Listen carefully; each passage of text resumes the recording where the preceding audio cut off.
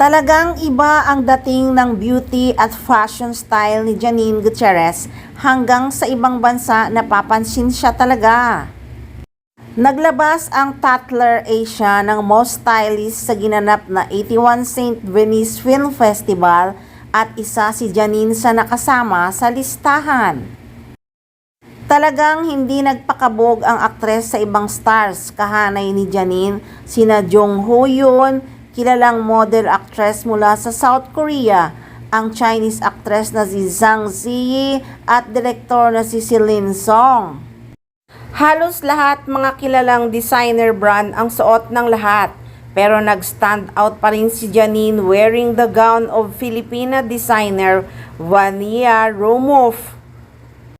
At sa recent Instagram post ni Janine, nakasegue pa ito ng pictorial while cruising the Venice.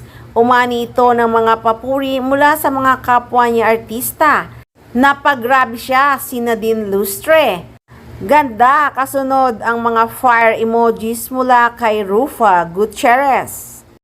O may ate, si Kailin Alcantara. Napawaw din si Pia Wurtzbach. At syempre si Jericho Rosales na mukhang nakaabang palagi sa mga update ni Janine na palaging una sa comment. Aniya ng aktor, bellissima, meaning very beautiful and Italian. Nako, hindi lang naman si Jericho Rosales ang proud na proud kay Nini.